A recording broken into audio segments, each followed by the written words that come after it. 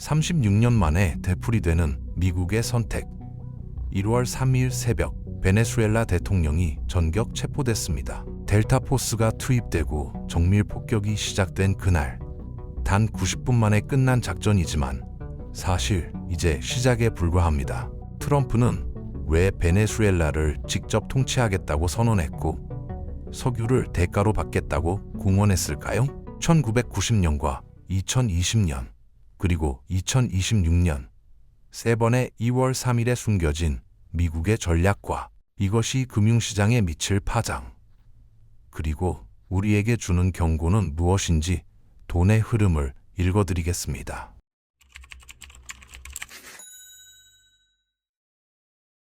눈을 가린 채 헤드셋을 쓰고 미국으로 압송되는 마두로 대통령의 모습은 전 세계를 충격에 빠뜨렸죠. 1월 3일 새벽 2시 베네수엘라 수도 상공에 폭발물이 떨어지면서 정밀 유도 폭격이 시작됐고 불과 30분 뒤 특수작전 헬기가 침투했습니다. 새벽 3시 30분 마두로 부부 체포 완료. 작전 소요 시간은 딱 1시간 반이었거든요. 미국 최정예의 특수부대 델타 포스가 투입됐는데 이들은 인질 구출과 요인 제거 전문 부대로 전체 병력이 1,000에서 1,500명 수준입니다. 그 중에서도 실제 현장에 투입되는 인원은 고작 300에서 400명 정도밖에 안 되는데 이번 작전엔 두세 개 팀, 그러니까 50에서 60명 정도만 동원된 것으로 추정됩니다. 미군 사상자는 공식적으로 제로라고 발표됐어요. 하지만 더 놀라운 건 따로 있었습니다. 트럼프 대통령이 기자회견에서 뭐라고 했는지 아십니까? 베네수엘라를 직접 통치하겠다. 그것도 안전하고 적절한 정권 이양이 이루어질 때까지 계속하겠다고 선언한 겁니다. 거기다 미국의 대형 석유 기업을 투입해서 베네수엘라 석유 산업을 전면 개편하고 필요하면 지상군까지 보내겠다고 했거든요. 마두로 체포보다 이 발언이 훨씬 더 충격적이었던 이유는 뭘까요? 미국은 지금까지 원칙적으로 친미 세력을 내세워 그림자 통치를 해왔습니다. 직접 통치는 비용이 너무 많이 들고 민족주의 반발도 크기 때문에 대리 세력을 활용하는 게 훨씬 효율적이었거든요. 이라크를 한번 보세요. 미국이 직접 통치한 결과 국가가 사실상 붕괴됐고 지금도 무법천지 상태 아닙니까? 그래서 책임 회피 차원에서라도 대리 세력을 쓰는 게 미국의 원칙이었는데 이번엔 완전히 다른 방향으로 간 거예요. 더욱이 트럼프는 마가 세력의 대표 주자잖아요. 남의 나라 일에 왜 우리 청년들 목숨을 걸게 하느냐, 왜 우리 돈을 쓰느냐고 외치던 사람들인데 정작 본인이 가장 강력한 개입 정책을 펼친 겁니다. 이건 180도 정책 전환을 의미할 수도 있다는 뜻이죠. 전격 체포까지는 완벽하게 성공했지만 직접 통치는 완전히 다른 문제입니다. 트럼프는 어떻게 이 약점을 보완하려 할까요? 기자회견에 그는 통치 비용을 석유로 받아가겠다고 말했어요. 너희한테 정치 안정을 줬으니 석유는 우리 거다. 이런 식으로 선언한 셈인데 문제는 베네수엘라 석유 시설이 완전히 노후화됐다는 겁니다. 미국의 제재로 부속 교체조차 못해서 시설이 망가진 상태거든요. 재건하는데 최소 5년은 걸릴 텐데 트럼프 임기는 3년밖에 안 남았습니다. 정치 안정이 먼저 이루어져야 석유 시설 복구가 가능한데 그렇게 되면 7년에서 8년도 걸릴 수 있어요. 민족주의 반발 문제도 만만치 않죠. 트럼프는 이걸 민족주의가 아닌 이념 전쟁으로 프레임을 전환하려는 모습이 보이는데 실제로 베네수엘라 국민들이 미군을 해방군으로 환영할 거라고 믿는 것 같습니다. 이라크 침공 초기에도 비슷했거든요.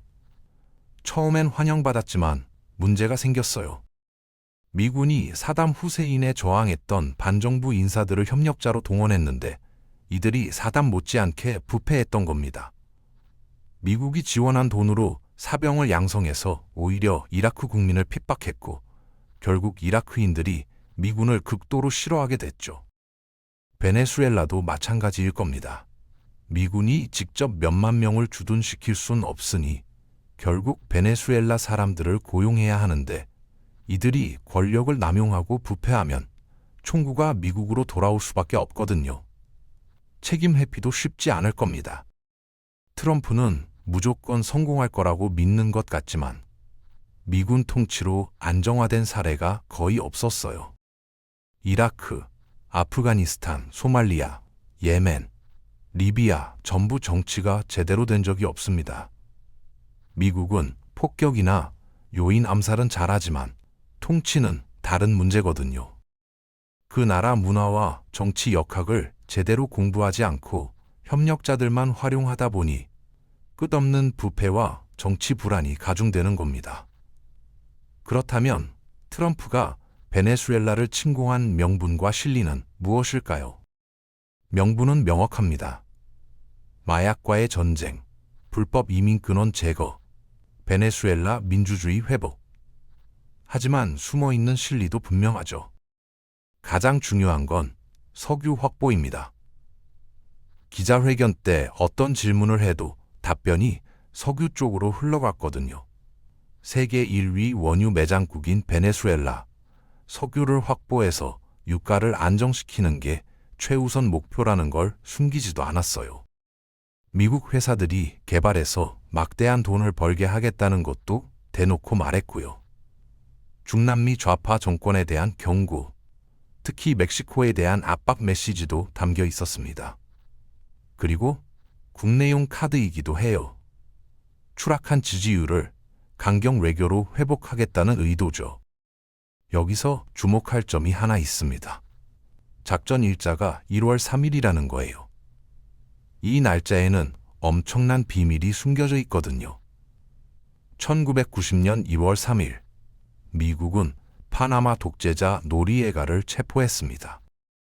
베트남전 이후 추락한 미국의 자존심을 완전히 회복시킨 사건이었죠. 당시 부시 대통령 지지율이 80%를 넘어 90%에 육박했어요. 트럼프 1기 때도 있었습니다. 2020년 1월 3일, 이란 혁명 수비대 솔레이마니 사령관을 제거했거든요. 정확히 30년 뒤였죠. 그리고 이번엔 2026년 2월 3일, 마두로 체포. 트럼프는 날씨 때문에 연기됐다가 우연히 1월 3일이 됐다고 주장하지만 미국 정치권과 군사 전문가들은 전부 일부러 노렸다고 봅니다. 미국인들에게 가장 자신감을 심어줬던 그날을 떠올리게 만들려는 전략이라는 거죠. 1990년 2월 3일이 왜 그렇게 중요했을까요? 그 전까지 미국은 열패감에 시달렸습니다.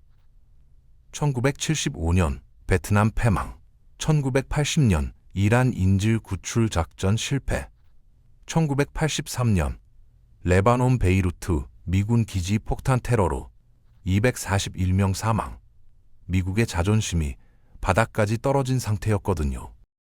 그런데 1989년 아버지 부시가 파나마를 침공했어요.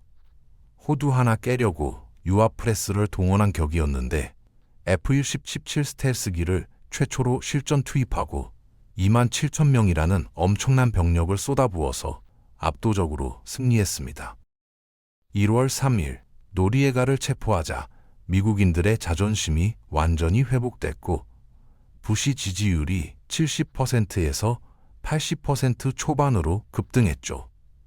하지만 전쟁 승리의 효과는 짧습니다. 파나마 침공 효과는 딱 6개월 지속됐고 여름이 되자 실업률이 7%대로 상승하면서 지지율이 다시 50%대로 떨어졌어요. 그래서 부시는 1991년 1월 17일 이라크를 침공했습니다. 사막의 폭풍 작전이죠. 완벽한 승리로 지지율이 89%까지 올라갔는데 미국 역사상 최고 지지율이었거든요. 나중에 아들 부시가 이라크를 다시 침공하면서 90%를 넘겼지만요. 결국 아버지나 아들이나 이라크가 지지율을 올려준 셈입니다. 이번에 트럼프도 지지율이 올라갈까요? 당연히 올라갈 겁니다.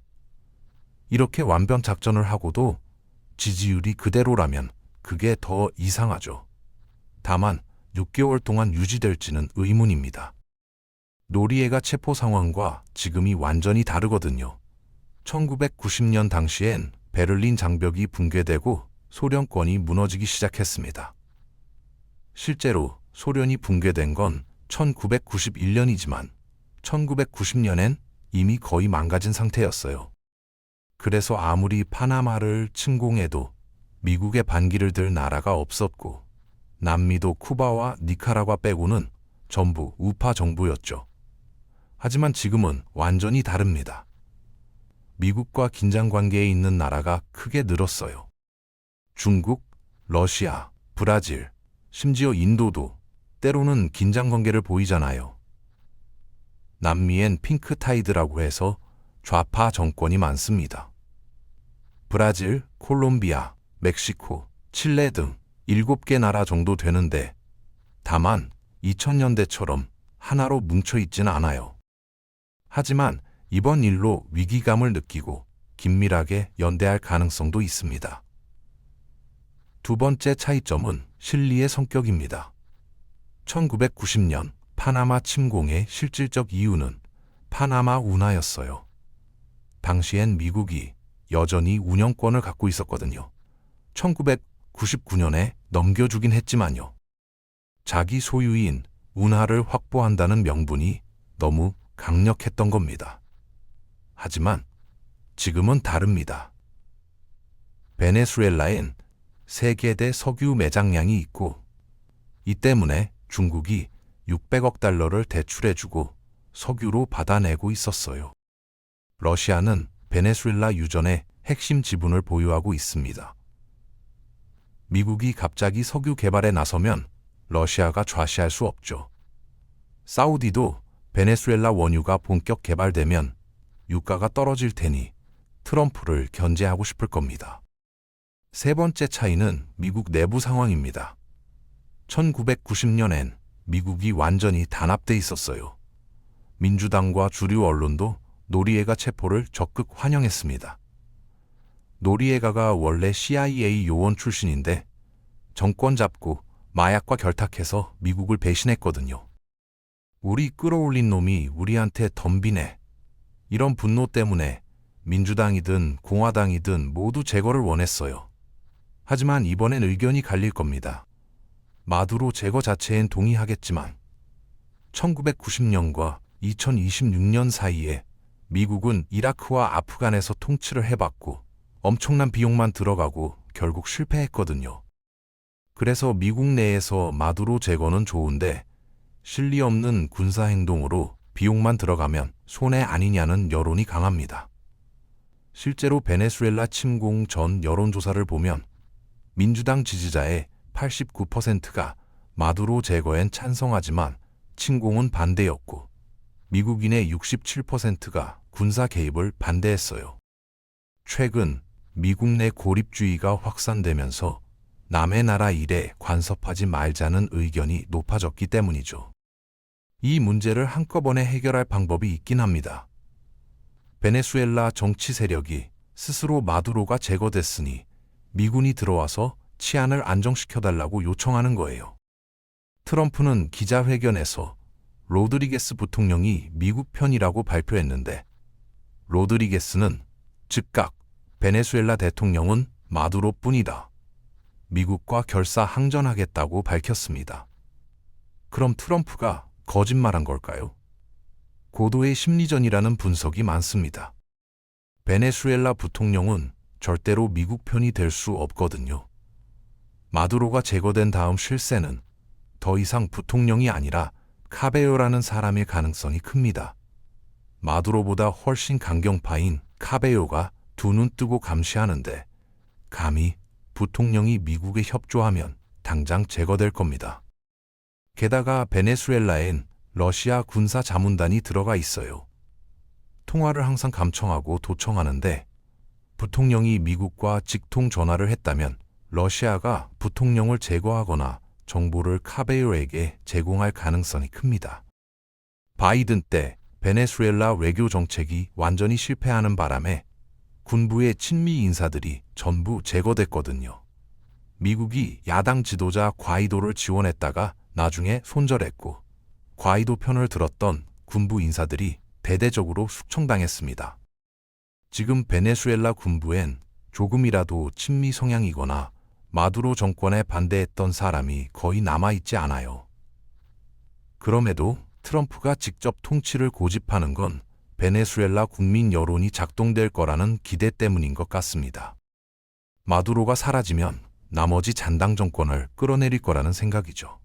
미국 추정으로는 베네수엘라 일반 시민의 60에서 70%가 독재자 제거를 환영하고 마두로에 충성하는 사람은 기껏해야 20에서 30%밖에 안 된다고 봅니다.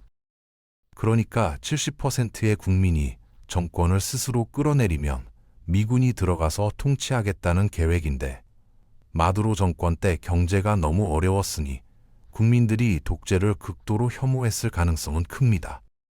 하지만 여론이 정말 정권을 끌어내릴 수 있을지는 의문이에요. 베네수엘라엔 군부 세력 외에도 콜렉티보라는 무장 깡패 조직이 있습니다. 오토바이를 타고 시민을 폭행하고 마약 유통 등 불법으로 돈을 벌어서 자금도 충분하고 무장도 충실해요. 군부만이 아니라 이런 깡패 조직을 통해서도 국민을 통제할 수 있기 때문에 여론이 제대로 작동할지는 미지수입니다. 어떤 분들은 마두로도 체포했는데 부통령이고 카베요고 다 체포하면 되는 거 아니냐고 생각하실 수 있는데, 미국엔 오랜 경험에서 나온 교훈이 있습니다. 하이드라 문제죠. 머리를 자르면 더 많은 머리가 자라난다는 건데, 마블 영화에 나오는 악당 조직 하이드라가 그랬어요. 머리를 자른다고 해결되는 게 아니라 몸통이 움직이고 더 많은 머리가 자라나기 때문에 통치가 안 되는 겁니다. 이미 이라크, 리비아, 아프간에서 경험했기 때문에 무조건 정치 지도자를 제거한다고 되는 게 아니라는 걸 알거든요. 천문학적 비용을 막으려면 어떻게든 베네수엘라 내부에서 문제가 해결되길 기다릴 수밖에 없는 겁니다. 이런 국제 상황이 유가나 금값에 어떤 영향을 미칠까요? 전쟁이 단기에 종료되고 긴장 관계가 낮아진다면 베네수엘라 정권이 완전히 제거되진 않더라도 특별한 저항 없이 소강 상태가 되기만 해도 금값과 유가가 안정될 수 있습니다. 하지만 무력 분쟁이 계속되면 당연히 불안해지겠죠. 미국은 선제 조치를 취했어요. CM이라는 상품 거래소가 있는데 민간 기구지만 미국 정부 명령을 충실히 이행합니다. 여기서 지난해 12월 30일과 올해 2월 1일 두 차례에 걸쳐 금선물 증거금을 인상해서 금값을 급락시켰거든요. 거래량이 없을 때를 딱 노려서 이틀 연속 조치를 취한 건데, 지금 생각해보면 베네수엘라 침공을 앞두고 미리 선제 조치를 한 게 아닌가 의심이 듭니다. 이렇게 이틀 연속 조치를 취하는 건 미국에서 아주 드문 일이거든요. 미국의 선제 조치는 시장에 대한 경고입니다. 베네수엘라 전쟁 때문에 금값이 올라가려 하면 우리는 얼마든지 선물 증거금을 인상해서 폭락시킬 것이다. 이런 메시지죠. 유가에 대해선 후속 조치로 전략 비축류 방출 준비가 돼 있다고 시장에 흘릴 가능성이 큽니다. 그래서 트럼프의 금값 선제 조치와 예상되는 후속 조치로 유가나 금값을 낮추려 할 것이고, 국제정세 불안 때문에 올리려는 세력과 낮추려는 미국 정부의 줄다리기가 치열하게 벌어질 겁니다. 단기적으론 큰 문제가 안 일어나겠지만 장기적으론 여전히 불씨를 갖고 있는 상황이라고 보시면 됩니다. 여기서 우리가 주목해야 할 부분이 있습니다. 한국도 비슷한 상황에 처할 가능성이 있기 때문이죠. 미국의 강경 외교가 강화되면 한반도 문제에도 영향을 미칠 수 있어요. 트럼프가 베네수엘라에서 보여준 일방적 군사 행동 방식이 북한 문제에도 적용될 가능성을 배제할 수 없거든요. 또한 석유를 대가로 통치한다는 발상은 한국처럼 자원이 없는 나라가 미국의 안보 우산 아래 있을 때 어떤 대가를 요구받을지 고민하게 만듭니다. 하지만 다른 점도 분명히 있습니다. 베네수엘라는 독재 정권이었지만 한국은 민주주의 국가고, 베네수엘라는 경제가 붕괴했지만 한국은 여전히 세계 10위권 경제 규모를 유지하고 있죠. 미국의 동맹국으로서 우리의 위치도 베네수엘라와는 완전히 다릅니다. 하지만 트럼프식 거래 외교가 강화되면 우리도 안보와 경제를 맞바꾸는 압박을 받을 수 있어요.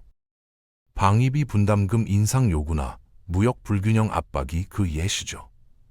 더 중요한 건 에너지 안보입니다.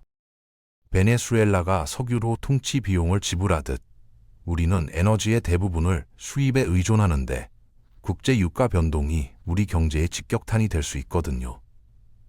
이번 사태로 유가가 요동치면 한국 경제는 어떻게 대응해야 할까요? 미국의 일방적 군사 행동이 국제 질서에 어떤 변화를 가져올지, 그리고 강대국의 힘의 논리 앞에서 중견 국가인 우리는 어떤 전략을 세워야 할지 진지하게 고민해 봐야 하지 않을까요?